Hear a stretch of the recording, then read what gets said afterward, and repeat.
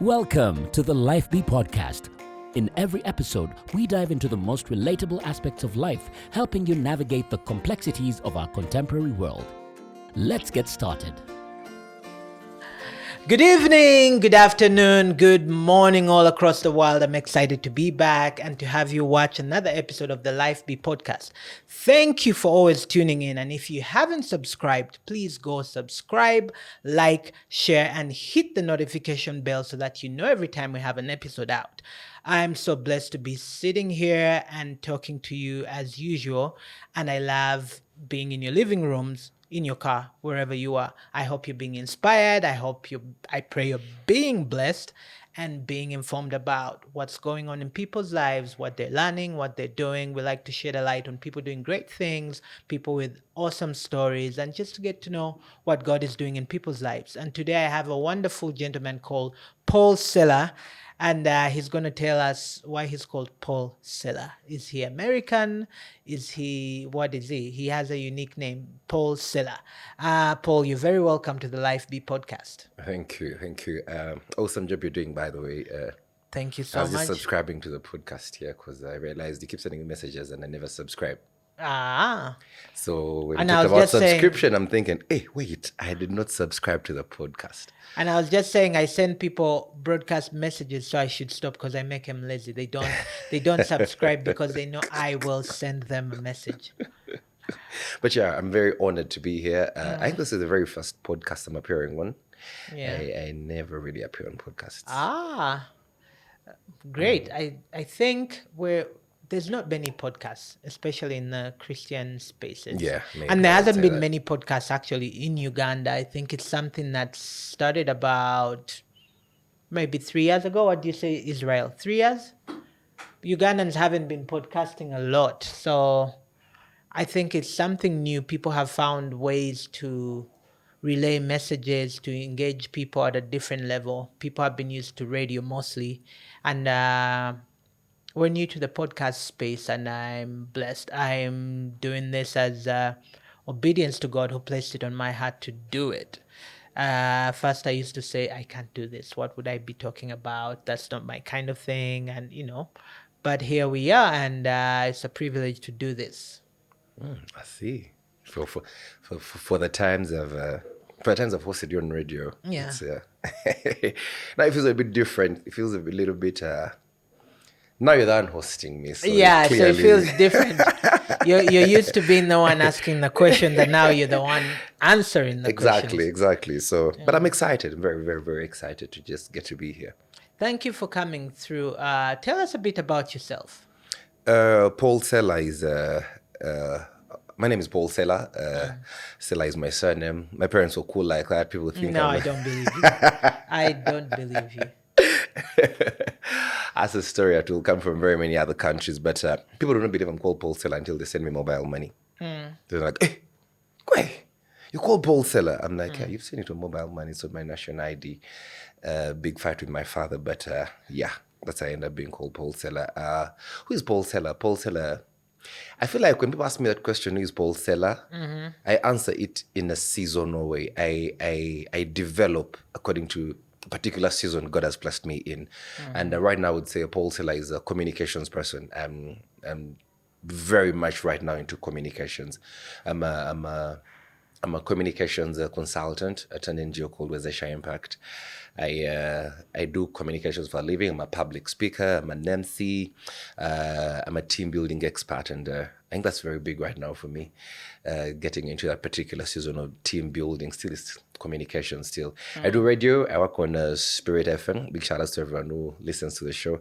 I do the Rhythm Driven Drive. It's from 3 Rhythm Driven Drive. Drive. It's from 3 to 6 p.m. Mondays to Fridays. That is 96.6 Spirit FM. I think I started, it's a couple of months now as a Power FM. Yeah. Doing the hype takeover, and God opened up a door at Spirit. So, in a nutshell, I would say that's what Paul Selah does. I'm a hype man. For people come to concerts, they see me getting the crowd jigging, dancing. So I'm a hype man as well. I'm also a boys mentor.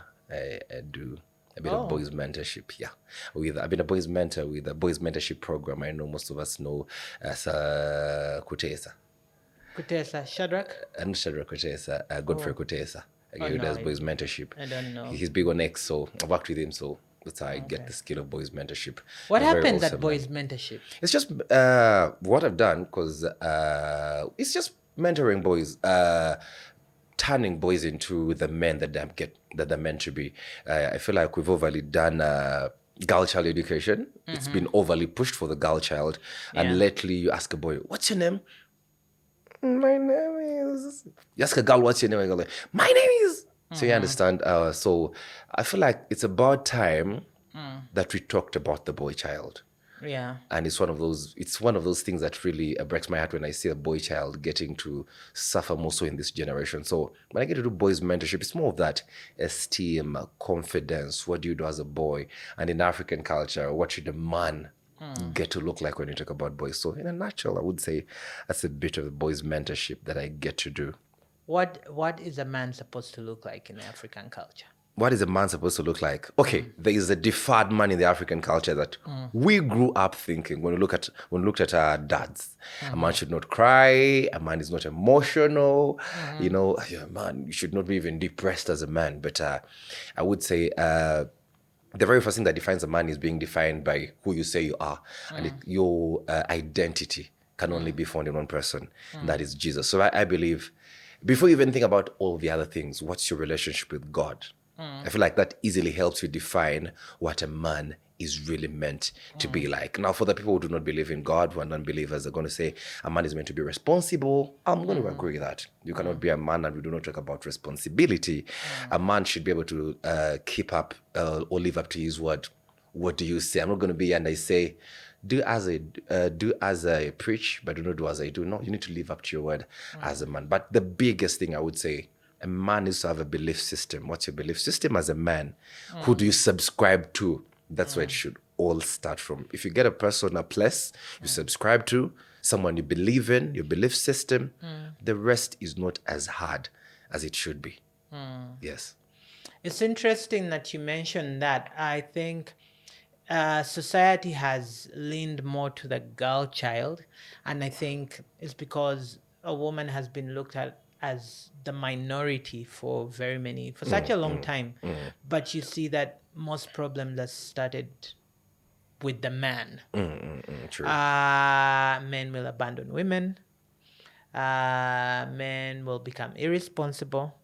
True. The whole family setup starts with a man. But you find that everybody prepares a woman for marriage, prepares a woman for the workspace, prepares a woman for life, but they don't prepare men. We are never prepared. They say a woman knows their wedding dress at 13. Yeah, they know when they want to be married, what kind of guy they may want when they're kids. Well, for us, it's very different. And men are reckless because no one really cares. They just do whatever they want to. They're not accountable. They're, Big one there, big one, yes. So when you talk about mentoring men, that's my space because I love mentoring people. It's one of my spaces. So when you talk about mentoring boys, that's why I was so keen to find out what's boys mentorship about.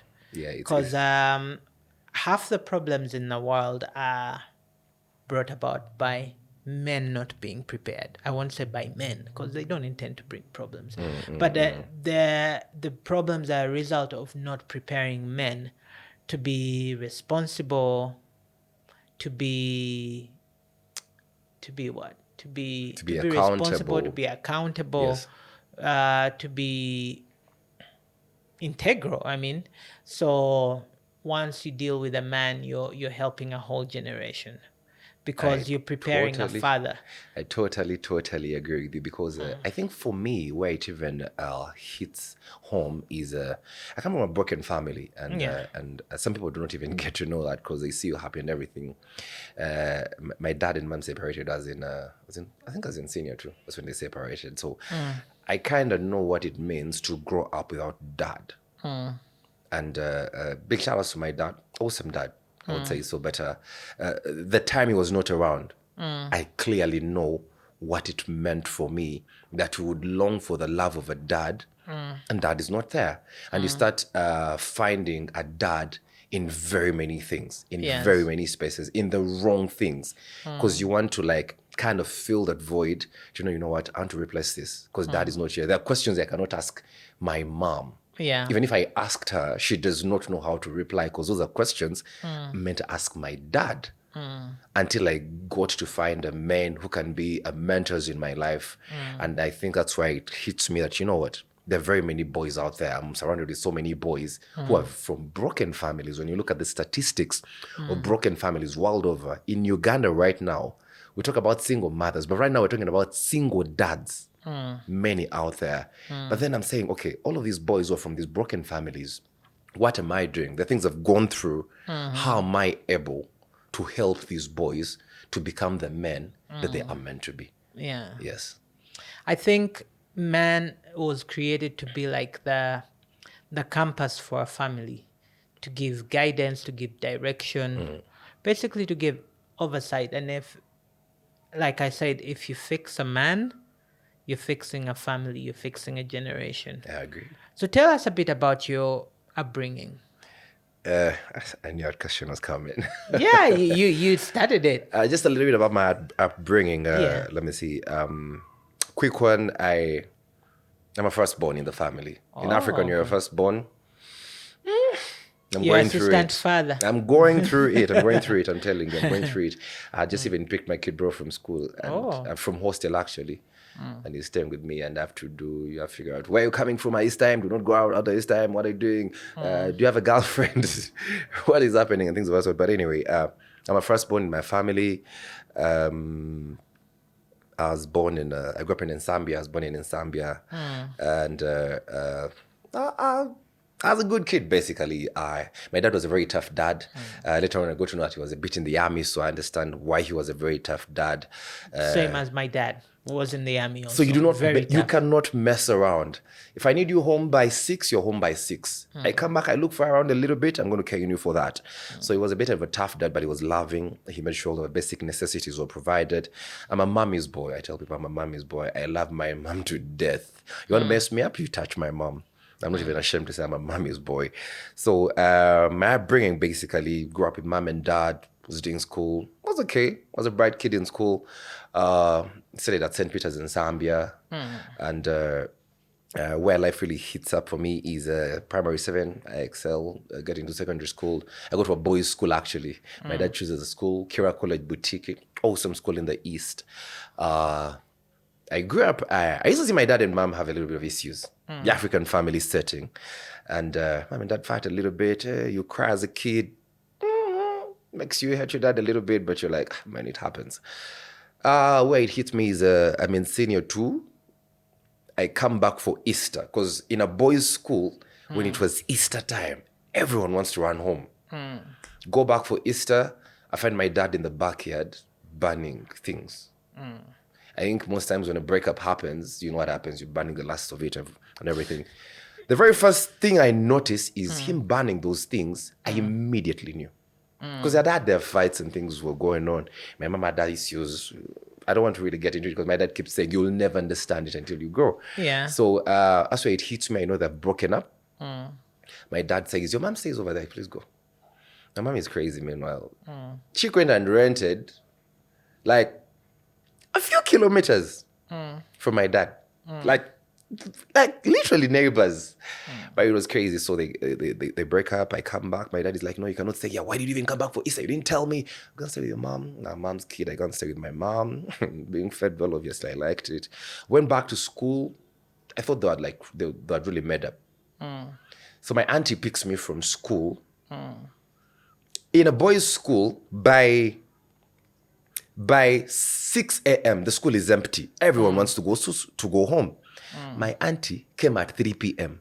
I'm hungry, agitated. But what do? Picks me up. We used to stay in Zambia. We reach Chireka. We go to Namugongo. I'm thinking to myself, man, this is UG. Things, you never know. Zambia or Sangezewa. Let's go into Namugongo side. Go to Namugongo, enter the house the very first time. I see someone I'd never seen before. My African dad says, oh, meet your auntie. I've struggled to forgive my dad for that. You do not introduce another woman into my life like that. He just says, meet my auntie. Meet your auntie. I broke down. I knew it had happened. I knew it had gone down. I knew that separated. He didn't give you any context There's things went I mean, south and firstborn. now. I mean, Form 2, brief me. Yeah. He didn't. And I think he thought I would understand it. I cried. I cried so much. And then he's like, he will be fine. He will kind of eventually come out of it. So I started living with a stepmom. And I'm going to be honest, he didn't treat me badly. I learned how to iron my clothes from her. But still there's a scuffle that happens. I've grown up with my mom. This is a stepmom. A couple of things happened in there that would really break my heart. But that's why it gets crazy. Very first holiday I got, I was taken to Gaddafi barracks. That's where my uncle was. Actually, Gaddafi barracks came before. My dad didn't want me to know they'd broken up. That was before. I spent an entire third-term holiday in the barracks. My uncle's a soldier. New life. Setting. Man, stuff was hard. It was hard. I'm used to waking up, there's some milk here, things of that sort. But now it's crazy. But it was part of my manning up process. Mom is not there. You need to man up. You need to figure out this needs to happen. Moving on, that's when they broke up. So I grew up, no dad in there. Senior 4, senior 6. In senior 6 L level, I think my mom figured, man. But my dad kept looking after me, paying school fees and tuition, everything. But the basic necessities, dad is not around. So it starts hitting you as a man.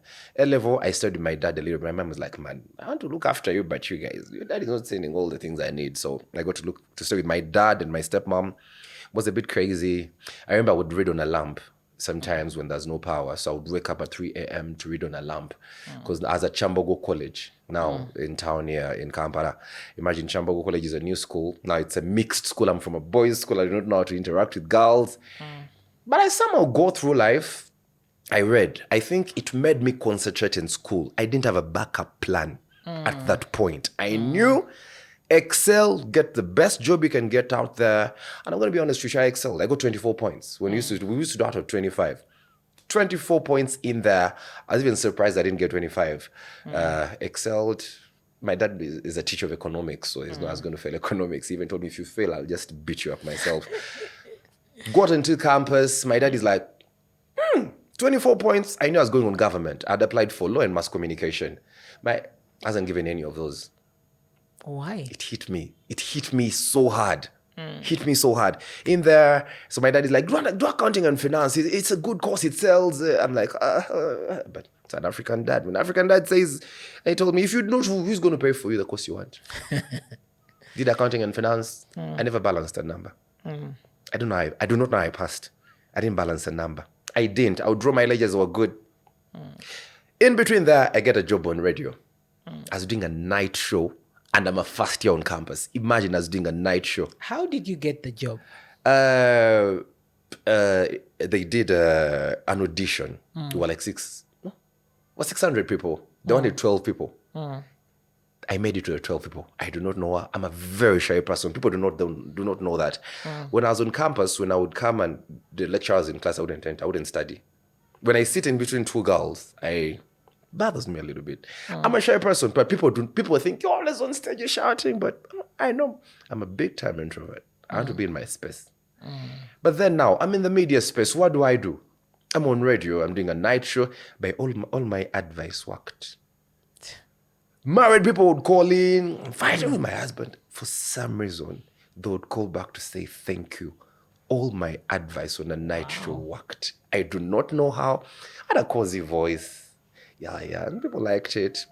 As I get onto radio, somehow get onto TV as well. So my media life kicks in. I start telling my dad, I told you I should do mass comm now. See, I'm here. I should have done these things. Like, yeah, I know in African parents. Yeah. So later on I finished. Actually, I started missing lectures. Why? I was doing a night show. I was doing evening lectures. So I have to run out of class to go and do a night show. That's when I got my first. I never got 0 in a paper. I got 0 in a paper in accounting because I didn't know what to write. But I knew where my passion was. I knew the place God had now set me on. Because my radio life starts as in a dance crew. And while dancing, we would be in a church. So my friends would go and be the other side of the wall. We grew up listening to Power FM. And we grew up listening to Nancy Kachungia, Ben Mwine comes in, the Enoch comes in, David Ogutu, Max. So we would literally sing the Power FM jingles. I loved radio. So my friends would be the other side of the wall in a church, and I would broadcast to them. I didn't know as being David at that point, David in the wilderness. I didn't know. God was literally setting me up to say, you know what? One day, you're going to be on radio. Many, many years later, I'm on radio. Grown up listening to Power FM, I know what to say. My very first time on radio, a guy told me, go and sit there. That's the mic. Those are the buttons. When you put that one down, it's off. When you press that, it's on. He told me, bye, I've gone. Went into air, and I didn't know the mic was off. He called me. He's like, yo, you're not serious, eh? Next thing, put the mic on. I was splendid. I do not know how, but I'd grown up listening to radio. There's no I was going to make a mistake. My first show was so professional. He's like, you're good. I'm like, yeah. And that's when radio kicked in for me. Then TV came in as well. TV was easy. I'm a speaker. I would easily speak. So TV was easy for me. And my dad kept saying, God, I wish I'd paid that course. So in a nutshell, that's my upbringing for me. In a nutshell, basically. So when I got into media is crazy, man. I didn't know it has the celebrity status attached to it. I didn't know I cannot move in Namuongo in slippers. I didn't know. So got into media. You can't eat your chigiri. I can't eat my chigiri. You understand? Got to start meeting a couple of people. The artists I'd longed to be close to. I was in a dance crew, Christian dance crew. We would dance to Kopi Bly's music, dance to Exodus. You want to meet these guys. You're dying to meet them. I'm into media. I'm chilling with these guys. Play Sami-K's music. I'm chilling with Sami-K. I'm like, yeah. Hey, very first time I interviewed Papa San. I think you even gave me a contact when I interviewed Papa San. Yeah. I was like, man. Prayed for times like this. Now it's here. But you see, media didn't come with... everything wasn't glitz and glamour. I was on media. I keep telling people, man, me, I've been on media. I've worked and I've not been paid for 8 months. I know what it means to work without a salary. Wow. And you keep showing up. You keep showing up every day. You keep being happy on the mic. But I think God was grounding me. God was pruning me, shaping me, telling me to be patient. How much do you be patient in that particular space? And I went through all of that. When the money started coming in, I'm like, oh, okay, you can be paid like this now.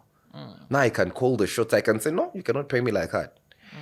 Yeah, but I think that's a bit of in a nutshell in my upbringing. The other things that happened later, I don't know if I want to talk about. Media has it's crazy. It's other sides. I remember the very first person I really dated in the media space. I was on air. She would text me on Facebook. Hi, how are you? She was a listener. One day I met her at a concert. I loved women. I love women with dreadlocks. I'm like, oh, you have dreadlocks. I like you. Does your girlfriend have dreadlocks? No, she doesn't. I was trying to remember. She doesn't. I met her. But going for a concert, my pickup line was, my stomach is paining. I took very cold milk. She was in. Started out. I told you I'm a very shy person. I do not know what to say, but I said that it worked. It became very intense, like so good. She would bring me food to the station. I would be on the show and she's seated right there doing my night show. She's like, I got you. I got you. Wow. Yeah, things were good until, man, it's crazy. We broke up. We broke up after some time. What really hurt me, I think, is I loved her. We messed up. I wouldn't lie, we messed up. She got pregnant. Now, her mom says, where we come from, you cannot get pregnant. You cannot shame me. She goes back to Mbara. I'm thinking, man, I love you. Because when we went to test, I remember I went to Mengo in a clinic to test. Yeah. Came out positive. My first thing was, gosh, what is my dad going to do to me? I'm like, but I love you. We even went out, actually. Like, I love you. We're going to do this. Little did I know, her mom would not take it. I've never lost anyone close to me in my life. I've never. My mom is alive. My dad is alive. My judges are alive. My grannies who have died. We're not really close. It hurts, but I was there. She called me. She's like, Paul, mom is taking me. I don't want to mention the hospital. It's a prominent one that does those activities. She's like, mom is taking me. I called the mom. I was so agitated. I was so broken. She's like, Paul, they're taking me. I'm like, for what? Why are they taking you? Where? She's like, Paul, I'm going to abort. My entire life, I never knew anything like that would happen to me. There is something that broke on the inside of me because I called the mom. No one was picking. For the next 3 hours, I was in a different state. I tried calling. She calls me after 3 hours. She's like, she was crying so much. She was in pain. She's like, Paul, it has happened. I'm like, what happened? I was so mad. I'm revving. I'm screaming at her. She's like, Paul, I died and came back to life. Because I think she was like 3 months pregnant. Oh, That's wow. a baby, right? I broke. I'd never broken like that. I cried. Called my mom. I call my mom when it's crazy. My mom is like, what has happened? And I'm like, I told you about the pregnancy. Remember the pregnancy I told you about? Came back home, I was crying. I told my mom, we are going to Mbarara right now. I want to see the mother of this woman. I'm going to kill this woman. We went up to the buses. We paid the buses. Until she called me, my girlfriend called me. She's like, why do you even want to come? You are not here in the very first place that it has happened. I think my mom looked at me and realized, if this boy goes to Mbarara, he's going to kill someone. My mom pleaded with me not to get onto a bus. I got onto the bus. It was around December, Christmas period. Came off a bus, went back home. That day, I had to go on air to do my nitro. I had to go back on air. With all that pain. People do not care. You know what happens on air? People do not care. They want you good, want you happy. Went back and did the show. Something broken on the inside of me. And I don't want to say I woke up from it. I keep telling young people, man, don't mess up. Do not mess up. And I keep telling young people, abstain. Try as much as you can to abstain. I feel like the devil has a district of sexual demons. When you talk about sexual immorality in this generation, I keep telling men, when you start having sex, you don't stop. It takes prayer and fasting and you beating yourself a little bit and dying to yourself every day to stop. I knew what happened to me. I keep telling young people, man, abstain. Man, she was there. She would have dreams of babies crying. I would have crazy nightmares. She came back. We dated. We were happy. Forgave her. Never forgiven the mom. Still struggle with that. We were happy. We were good. She got a job. One day she asked me, I want to see your bank statements. You know when you're going to lose a girl, that's when you know. She had gotten a job. I was not enough anymore. Woke up one day and told me I want to be alone. She left. I hit a depression for 2 years. 2 years I was depressed. Wow. Wanted to commit suicide 3 times. When I asked my mom, you broke up with dad, how did you go through this? She's like, I would speak alone on the road. She's like, you'll go through it. 2 years I was depressed. And then somehow it only takes God to get you out of some situations. That period, I got close to God. I started praying, like, God, take this away from me. I cannot handle this. I can't. I couldn't talk to people. And I would still come on air as the happiest by that among people. People didn't know I was depressed because that's what depression does to you. Came through. 2 years later, forgave her. She called me. I told her, it's okay. For some reason, they always come back. She came back pleading, could we do this again? She had a kid now. Like, nah. But with all due respect, by the way, I'll still vouch for her. She's a good person. I have no hard feelings. She allowed me to even talk about this, to testify about it. Yeah. So later on, life moves on. And here I am now. And how does that leave your heart? How do you move from there to finding another person and starting to love again?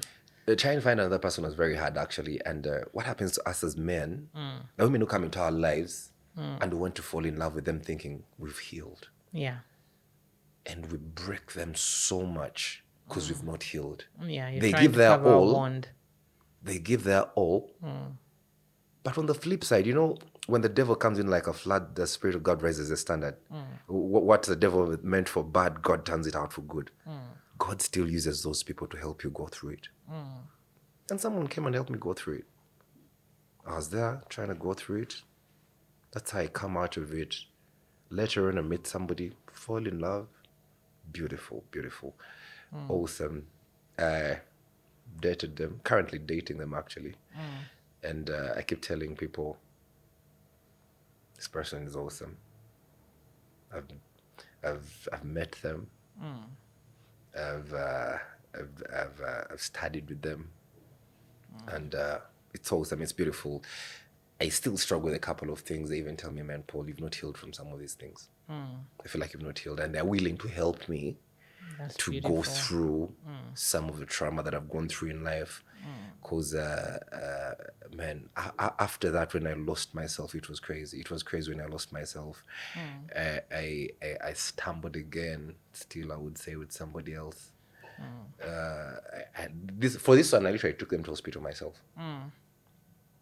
Went to the hospital, told a doctor, I'm going to remove this thing. To have another abortion. After you fought for the first one, the second one, you're the one that... And for some reason, yeah, it's always around the same time. Now I say devil die and play. It's always around the same time. This one I took him to hospital myself. It was crazy. It broke me so much. So much. It's so much. I couldn't allow that to keep happening to me. And coming out of it was still hard. Because now it becomes like a cycle of sorts. And you're trying to come out of it and you just cannot. And you're a Christian. I don't want to be here and I sound like, oh my God, I'm so holy and everything. I was a Christian. That's how bad I felt. And this person I'm with now, they've kind of understood me to try and help me go through all of that. So you know what, this happened. Have you ever forgiven yourself? Yeah. And I would say it's not once. Yeah. It's not once. There are days it hits you. It really hits you and you think to yourself, my goodness, it's going to kill me. That's when God reminds you, I'm not going to condemn you. You ask for forgiveness from me. Jesus did that on the cross for you and he forgave you. So even when the devil comes and whispers sometimes to me, there's always that reminder of, man, if God got me through that, he can still get me through anything.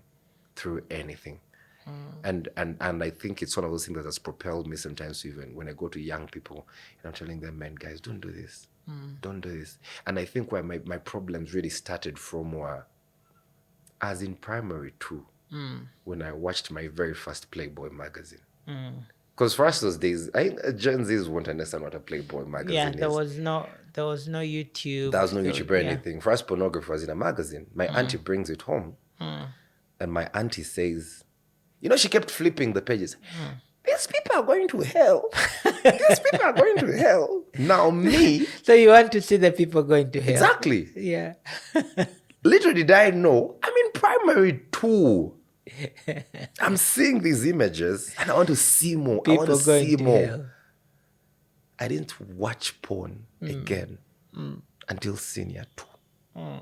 I didn't know. You know, the devil had planted the seed. Now I think he was watering it, saying, you don't worry. Those images stayed in my head up to senior 2. Of course I will. Senior 2 is when I watch porn again. I didn't even know it happens. I'm in a boys' school. We have some TV there. And you're there watching pornography. And you know, I keep telling people, if there is anything you want, you know, the Bible says, flee from sexual immorality. Joseph did not walk from Potiphar. Joseph fled. Fled is like it's greater than running.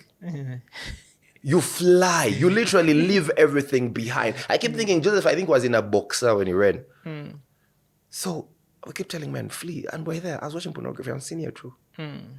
Seeing all of these things. I knew all the sides. I know the boring one. I knew the new actresses and actors. I knew who the amateur was. You watch it and it even gets boring. You're like, I know what I'm going to do, really. So I'm there. And the problem with pornography is, after that, you want to do. Because the body asks for it.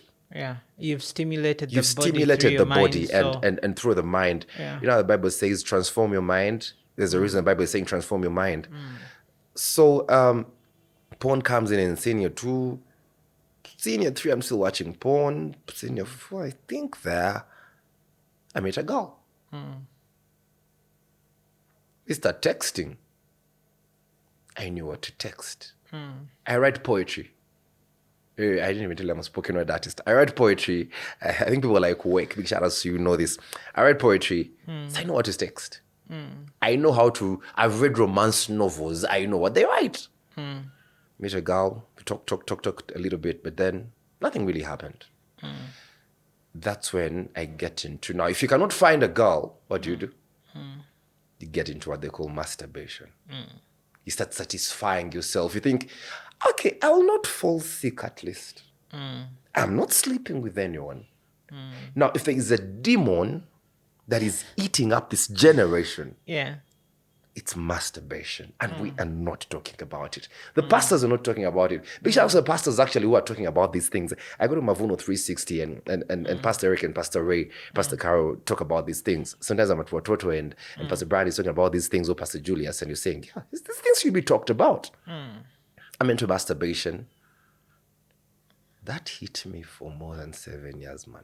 It was crazy. Because, you do not have self-control. Anytime you want to have sex, I'll go to the room and do it. Remember, I'm a boy, I'm a firstborn. I have 2 siblings who follow me who are boys. And I'm meant to talk to these people. What am I going to tell them? So that's why the sex comes in. Because now, for sex, it's porn. Masturbation comes in. From masturbation, you want to go to a higher level. Because you're not getting enough. You get into sex. So that's when you hit sex. And I keep telling people, guys, this is like, it happens. Watch it. It happens. From this to this to this. Progressively. It's progressive. So it's like I end up into premarital sex, and that's how I get into abortion and things of that sort. And I'm going to be honest with you, it only takes God to come out. To this day, I still struggle. And I tell people, I'm going to pastor and I'm going to read a red paper or a magazine that I want to look there for some time. I'm going to look there. It's going to take me. It's just on your phone, and for some reason, they're always in the right-hand corner. It pops up. Pop. Would you want to see there's a woman there who is naked? That's a problem young people are now really facing, because now pornography and sex are in their hands right now. They are. It's on their phones right now. For us, you had to get a magazine, hide it under the bed and things like that. These days, it's right here. It's on OnlyFans channels. I was talking to somebody and I was like, hey, Paul Selah, you're not on OnlyFans. I'm like, what am I doing on OnlyFans? It's like, but I'm on OnlyFans. This kid is in senior 1. Ask them, what are you doing on OnlyFans? Like, things happen at night. Actually, you don't have to go to OnlyFans. TikTok has gone to another level. Thank you. I no longer scroll through TikTok because I've seen, in the past few months, I've seen things on TikTok that I didn't know would be there. Where people are saying, we can deliver ourselves to you. Yes. Dial this number. Exactly. Take away. And I'm thinking that... And it's happening in our generation. I was talking to people are declaring publicly that they're prostitutes with no shame. Yeah, no, these prostitutes even have class. There's an app for them. I have a friend of mine who's a prostitute. Well, let's joke around and like, man, you need to get served. She's like, yeah. She has an app. She told me, now you see this one is at Speak. Like there's an app. An app. Yes. Like you'd have Uber, Safeboard, they have Thank you. She has 2 beautiful kids who are in school. She pays for them. She's like, wow, am I going to pay for my kids? Wow. I keep progressively telling her, you're going to give your life to Jesus, because this is not the life Jesus wants you to live. It can be better than that. And these are sometimes the conversations I even have with the person that I'm dating when we talk about things of this sort. And she says, Paul, man, things are crazy in this world. We need to pray about these things. And I tell her, you're a woman. You clearly know what I'm talking about. So I feel like, man, for this generation, I was talking to a boy. I didn't know kids in high school, there's a sex spree in high school. Kids have places they meet in holiday. They have Airbnbs they meet. Wow. And one of the boys was telling me, we sleep with our cousins. It's normal. Wow. They have sex steps. And it's a cool thing to have a sex step right now. Wow. I didn't know. When we're in school, you would hug someone and you're in disciplinary committee. For them, a boy appears in a sex step and at school he's a celebrity. That's how bad it looks right now. Do you think, how do you think church is handling this? There's a couple of churches who are really trying, to talk about these things. And we always joke with our pastors and say, those days when we see a girl and a boy, we're like, no, don't do it. They're like, it's better. Yeah.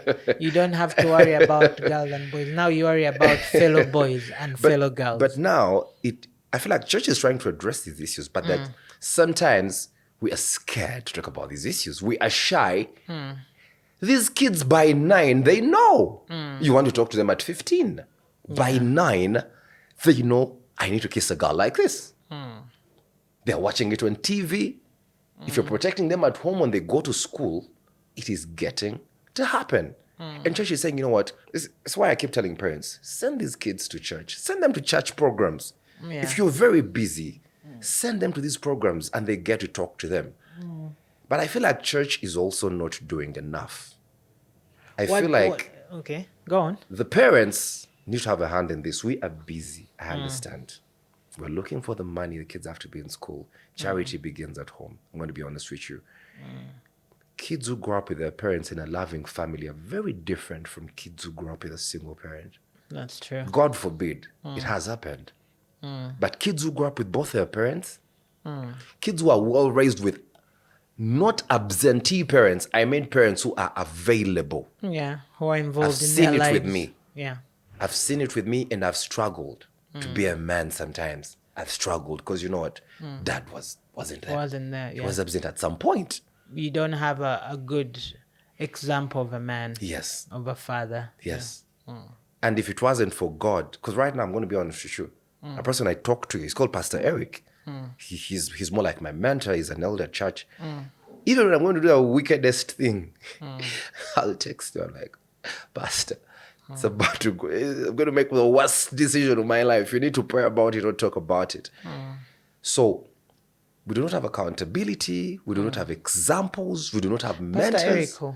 He's called Eric Kimonyo. He's Kenyan. Oh, You know Pastor Eric. I was with him on Sunday. Yes. Eric and his wife. And his wife, Anne. Awesome is a good friend of people. mine, yes. Awesome people. And Funny you talk about that. We were having the exact similar conversation on Sunday with him. Sunday was last Sunday was Mavuno's anniversary. Yes, I was there. And after the service, I just stood outside and I was talking to his wife. Then he came and joined us, and we were talking about. I was on a border going to Mavuno, and I passed by ShopRite. Yes. And I asked the border guy, what's happening here? Yes. And he's like, you're shocked. This starts about 9 a.m. to like 4. And there was cars parked there, girls dressed half naked, people drinking, getting on trucks. And he was telling me they're going out of town to party. And I'm like, is it an event? And he's like, no, every Sunday from 9 a.m. they get together, get in taxis, drive out of town to drink and party. And I'm like, wow. And these are our youth. Yes. And they do this every day. Sunday. Sami-K, I most times when I'm going to church in the morning on a Sunday, or when I'm going to do sometimes go to radio on a Sunday, I pass Kololo. Young girls and young boys, very young, coming out of the bar at 7 a.m. Out of the bar And at you're wondering 7 whose house are they going to? And I'm thinking to myself, the kind of lawlessness, the kind of brokenness. Because that really crazy. shows you their parents are not home. That's a part. That's a part. Or the parents are not really involved in their life, I know so they don't know what's this happening. generation, I keep telling them, you scold them, you chasten them, you beat them. We grew up and mom is beating and the next thing she's slapping you. You understand? You beat them, they lock themselves in a room. I'm depressed, I'm going to die. And now the parents are scared. You understand? Yeah. For us, I'll tell you, you want to die. You die. And then they'll hear you at midnight tiptoeing into the saucepans looking for food. Yes. Come on. By these days, I feel like we need to draw that line sometimes. You know, I need to discipline you because I love you. My dad would beat me, but I would still love him. I think the challenge we have is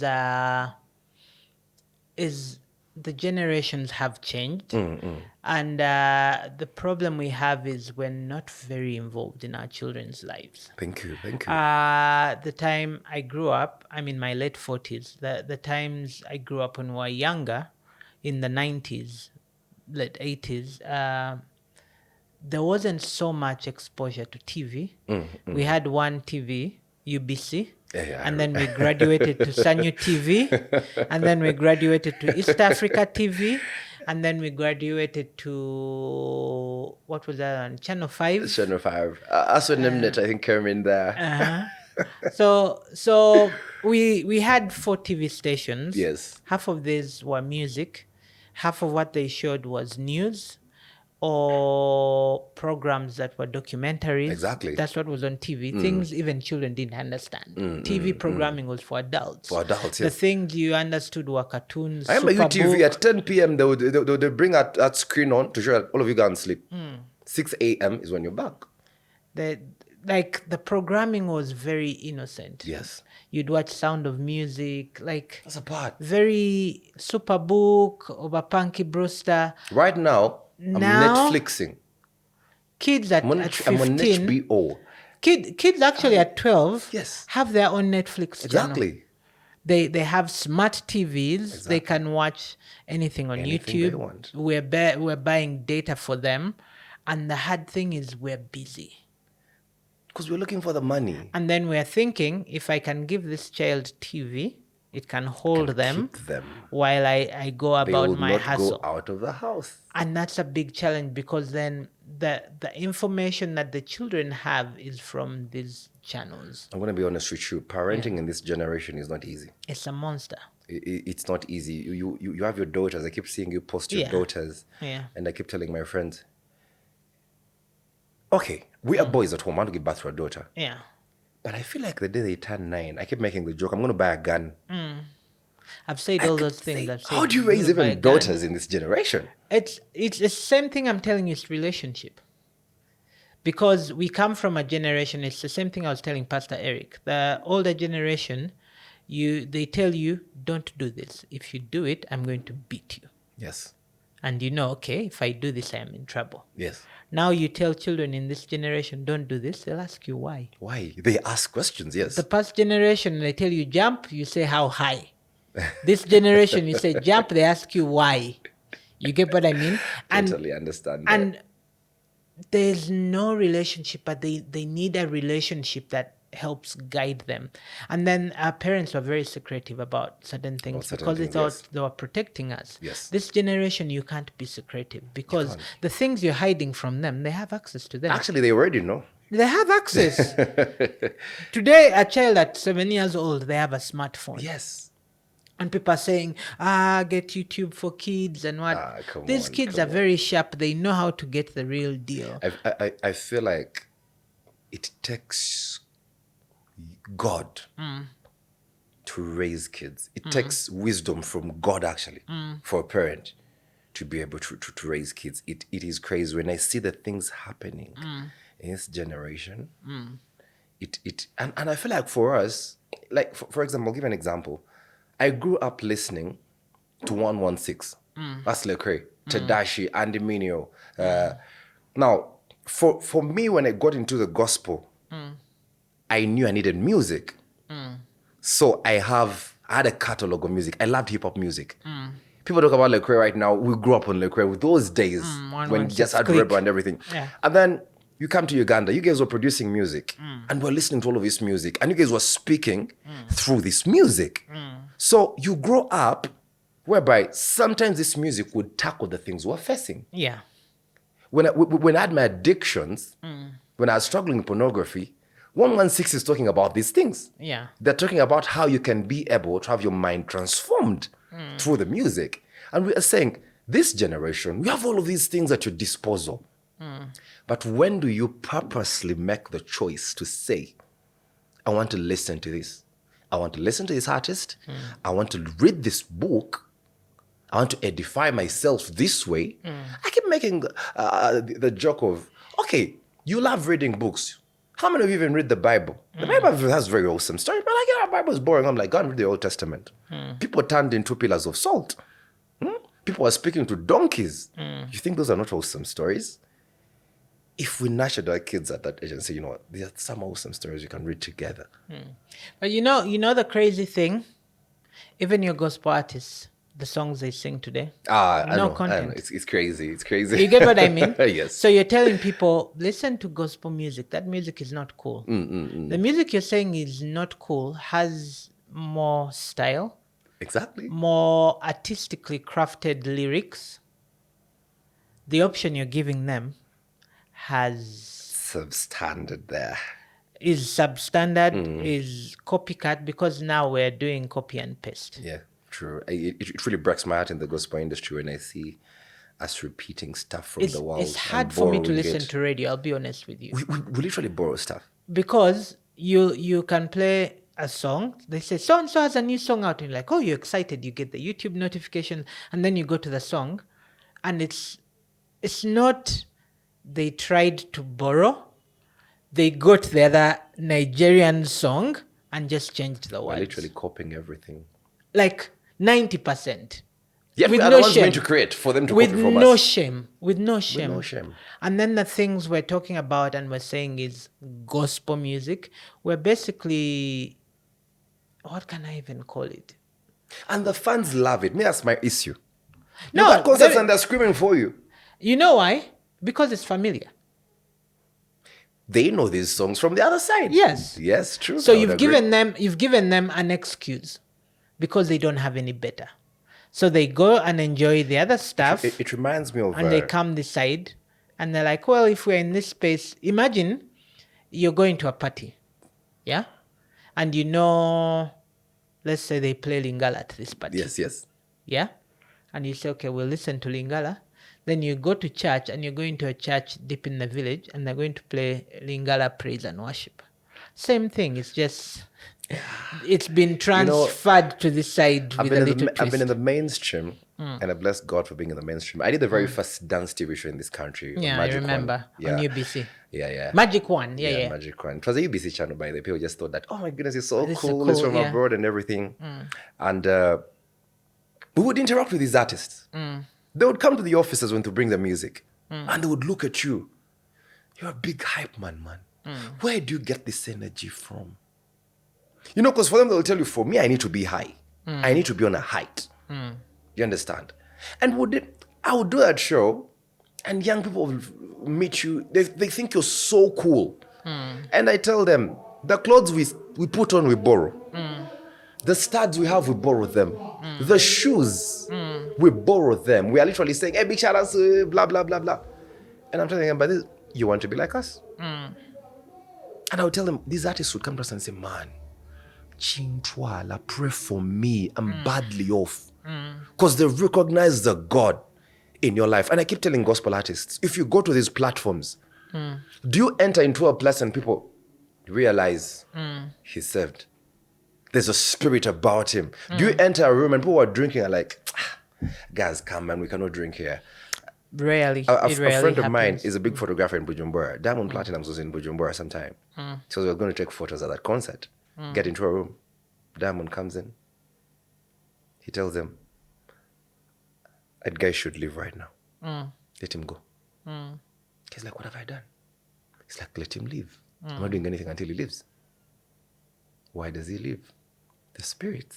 A conflicting. He was filled with the Spirit. Now, some of us are very complacent that we enter a room and it's vibes on vibes. I need to enter into a place and the atmosphere changes. I long for that place. You enter into a place and there But is you something. know that cannot happen for the reason that you have to invest Exactly. in it I to agree. happen. I agree. We're busy living life, and it's what I tell people. I used to say it years ago, and people almost hated me because there was a season gospel artists were saying we are taking over. You remember that season? I remember very and well. I'll tell them, what are you taking over? And they're like, no, we are taking over. God is going to take over. We are taking over the music industry. And I said, I'd get some of them and I say, look here. The guys you're saying you're going to take over do videos of about 300 to 500 million shillings. Yes. You cannot afford a video of 1 million shillings. You cannot afford to go to studio to record a song. People are giving you offers. You don't have shows. You cannot afford to put up a show of your own. What are you taking over? Then you realize that everyone is obsessed with taking over what they don't know they're taking over. They don't know the cost. They don't know what to invest in just them becoming the artist they should be. Because today, if you ask me if we have gospel artists, I'll tell you we really don't have gospel artists. They're there, but That's painful. It's the truth. I'll be honest with you. If on percentage, I'd say on 100, we have about 30% people you can say this is a That's gospel. painful. If we are to go by definition of It pains gospel. me that I play his music. Yeah. I play music for his guys. And I've told people, half the problem is you radio people. Exactly. I would Because you want content, and they have a new song. Because you don't have content, I want to play it. that's all you have to. You know what I mean? So it's like saying, better the devil you know. I know. And that's a big challenge. And why I bring this up is that you find that the artists are supposed to change the narrative, but the artists are not changing the narrative. We are conforming to the standards of the world. To the narrative that they cannot, number one, they cannot amount up to. Yes. They cannot achieve it. Because this thing takes, what's it called? It takes money. It takes money. Then when you talk about the spiritual side of it, for you to achieve what you want to do, you have to get money, number one, which we don't have. Number two, everything we do is substandard. We are telling people, don't go to those shows, come to our shows. These guys are blankets and wine because the level of production at blankets and wine is up crazy. there. It's crazy. I was looking at the coffee marathon that happened in Yeah. The one they did My up goodness. country. Yeah, My they gave goodness. Diamond Platinum, 700 million? 750 million, and everyone is complaining about it. Are we at that level? So you're taking over. We need to know what we're taking over. What has it taken those people to be there? These people sacrifice. These people subscribe to another form of God, And they go there. You don't. And you they put don't- in time. The God you subscribe to, you don't put in time. Put in time. You don't honor Him That's with true. what you're I doing, agree. even with your music. So even God cannot put His blessing on that because that's not the thing. There's a gospel industry I long for. Artists getting onto stage. I'm a hype man. I keep saying, God, I need to get onto stage, and people are dancing and they're receiving their healing. And eyes are being opened and people are getting revelations. Because I know the guys the other side, they put in so much. They'll wake up at whichever time they want and call their things. Those This guys don't side- even sleep. We are not. That's the truth. And I'll tell you, these things are not happening because you know what we're looking for? We're looking for the things the devil offers the most. Fame, Yep. money. Money.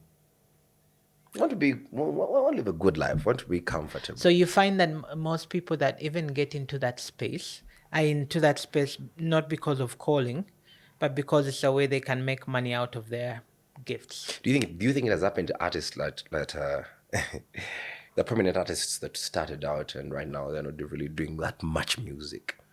Like they got to a point, got the money, a bit of it. You tell them, are you doing music right now? There's a comfortability that happens. I think people get to a place where they realize we're not making money out of this. Mm-hmm. And there's a space we can make money and be okay.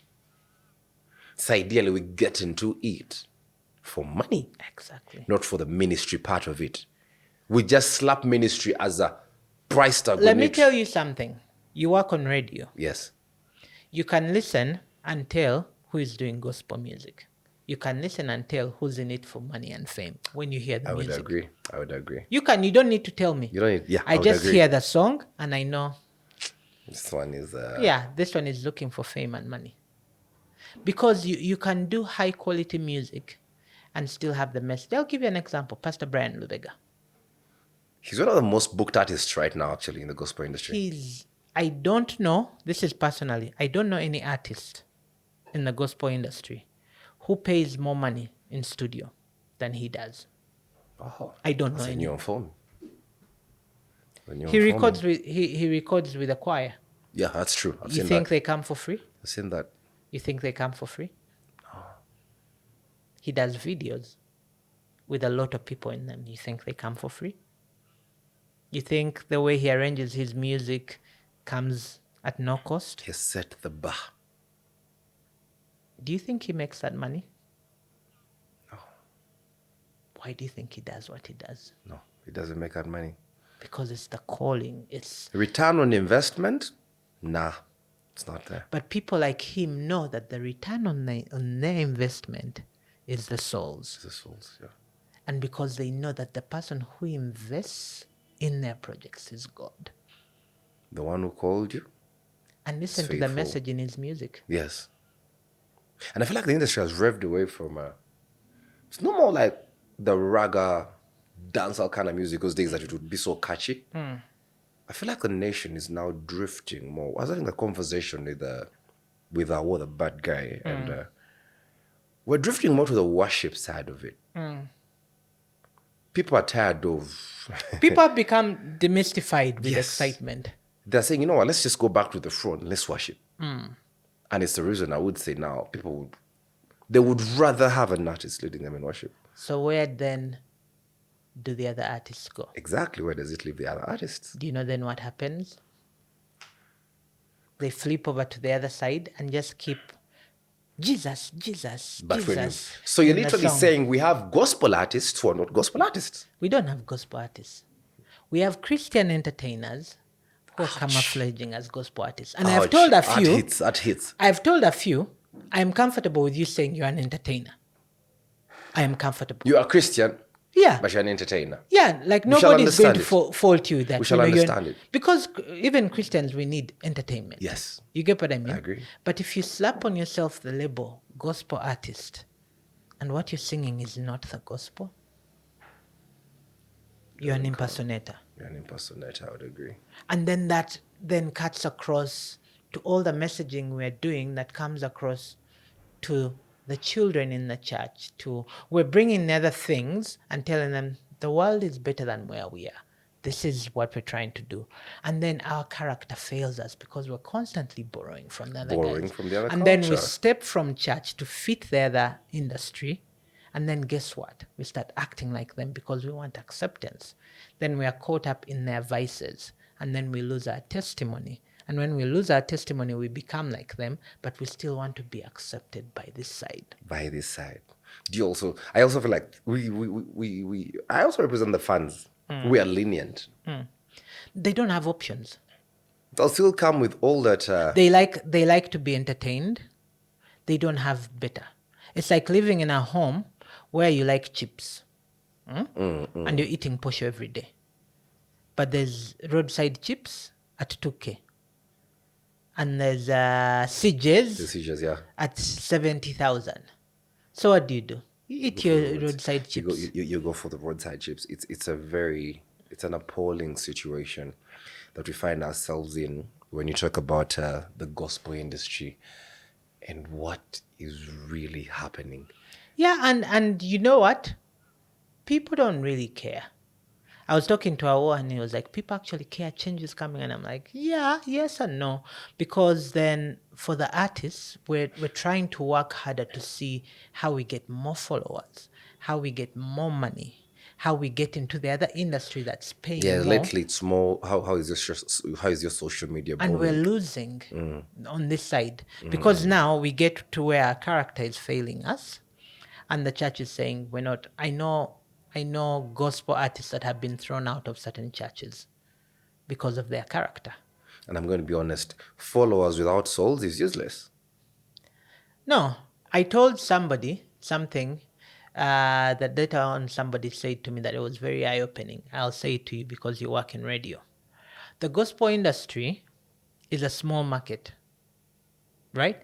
I was actually telling... You keep saying the gospel industry is a small market. I was actually telling, what's his name? DJ Rain this. The fans you have in the gospel space, yeah? Now this is the deceit we subscribe to and don't know. Are not fans of the artists. They're fans of the industry. Wow. Do you get the difference? Yes. So if you don't have a song today, nobody will care. Somebody will have a song tomorrow. So it's more like the fans are being fed on what they actually should not even be fed on. They'll eat anything that is put on the They table. do not have options. They will just go with whatever stuff But we we're coming up deceive with. ourselves, our fans. I'll give you an example. I won't say names because people will get mad at me. Sami-K's fans are Paul Selah's fans. It's the same King Christians. Wesley. That's It's what the I'm same saying. Christians. Small. Yes. Small circle, Exactly. and everyone subscribes to everyone. So then what ends up happening? They subscribe to radio because radio is playing everyone, not the artists. Not the artists, yes. So they won't even come to the concerts. And then you know what happens when they come to the concerts? Paul Selah is performing here. He's performing elsewhere. Paul Selah will perform at my show. I perform at Paul Selah's show. Year in, year out. So they are looking at the same thing, but we're asking them for money for something that's different. So why am I paying for something I'm going to get the other side even for free, actually? And then our quality is being degraded every time. So they are losing interest in what we're doing. Where do we go from here as a gospel industry? So that someone is going to be saying, okay, you guys are talking about this, but now you see where we headed. Because I'm going to be honest with you. Yeah, there is hope. I don't want to say there's no hope. I don't want to say it's all doom. When I say the likes There's of hope. Brand Omega, There's hope. You know where the hope is? Let's hit reset. Go back on our knees. so we need to do a reset. Yeah.